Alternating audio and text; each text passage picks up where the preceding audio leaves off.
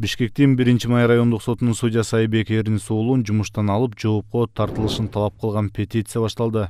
Интернетте башталган петицияга миңден ашык адам катышып, алар 13 жаштагы кызды зордуктаган, 22 жаштагы жаранды бошотуп жиберген судьяга тез арада чара көрүүнү талап кылышууда. Өткөн жумада Жогорку Кеңештин депутаты, Атамекен фракциясынын лидери Айсулуу Мамашева бул маселени парламент трибунасынан көтөргөн.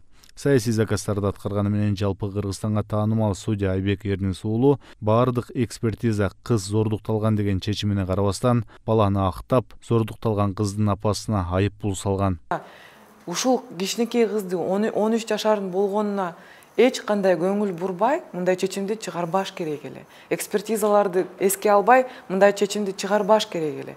Бүгүнкү күндө ушул энесине айып пул салынып, ал ушул зордуктаган балага эми кайрадан акча төлөп бериш керек экен. Бул кандай адилет боюнча сөз болуп атат? Атамекен фракциясынын лидери Айсулуу Мамашева бул сот иши 6 жылдан бери жүрүп жаткандыгын айтты. Кыздын апасына 6 жылдан бери канча жолу акча сунуштап, түрдүү айламалдарды жасаса дагы кылмышкер жазасын алыш керек деп акыйкат издеп, 6 жылдан бери чирген сот системасынын эшигин каккылап жүргөн. 6 жыл бою сотто жүрөт бул иш. 6 жылдан бери бул чечимди күтүп, бир инстанциядан экинчи инстанцияга берип, үчүнчү инстанцияга берип атып, ушинтип убакыт созулуп кетти. Бул эмнени далилдейт?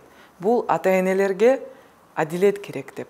Булар ушул чындап эле сотко ишенип, мындай адилеттүү чечимди күтүп атканын далилдейт. Бирок тилекке каршы ушул сот аны карабастан ушул кичинекей кыздын укугун коргобой, өзүнчө зордуктаган баланын укугун коргоп атат бүгүнкү күндө. Депутат бул маселени парламент жыйынында көтөрүп чыккандан кийин Жогорку сот жооп кылып, Айбек Эрнис уулун коргоого алды. Айыпталуучу үй камагында Айбек Эрнис уулунун чечимин шаардык соттагы күчүндө калтырган. Кылмыш курамы болгон эмес деген Жогорку соттун жообу депутаттын гана эмес, жалпы журттун кыжырын кайнатты.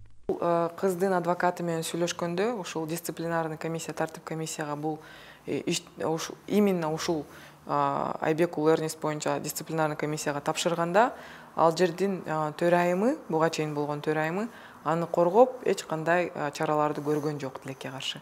Ошон үчүн ушул дисциплинардык комиссиянын дагы жүргүзгөн ишине, алардын да адилеттигине көп мындай күмөн санаа болуп атам да, мындай айтканда. Анткени кечээ ушул сот билдиримди жасады, ал билдиримди окусаңыз, анда ушул сот судьяны коргогондой болуп атат да. Мындай болбош керек, калыс болуш керек. Айбек Эрнис уулун иштен алып, жоопко тартууну зордукталган кыздын апасы дагы талап кылууда. Эске салсак, Айбек Эрнис уулу саясатчы Өмүрбек Текебаев менен Дүйшөн Чотоновду соттогон. Ал буга чейин дагы кыз зордуктаган кылмышкерлерди актагандыгы айтылууда.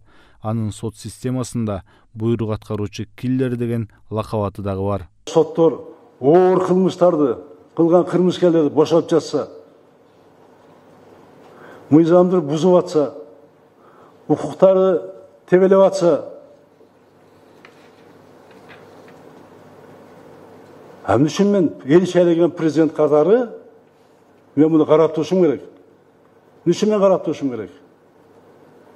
Мени эл шайлагандан кийин каерде мыйзам бузулар болсо, кайсы жерде адам укугун тебелеген болсо, мамлекет органдары, кайсы жерде мамлекетке, элге өз милдет аткарбай зыян келтирип аткан болсо, мен президент катары бардык маселеге киргизем.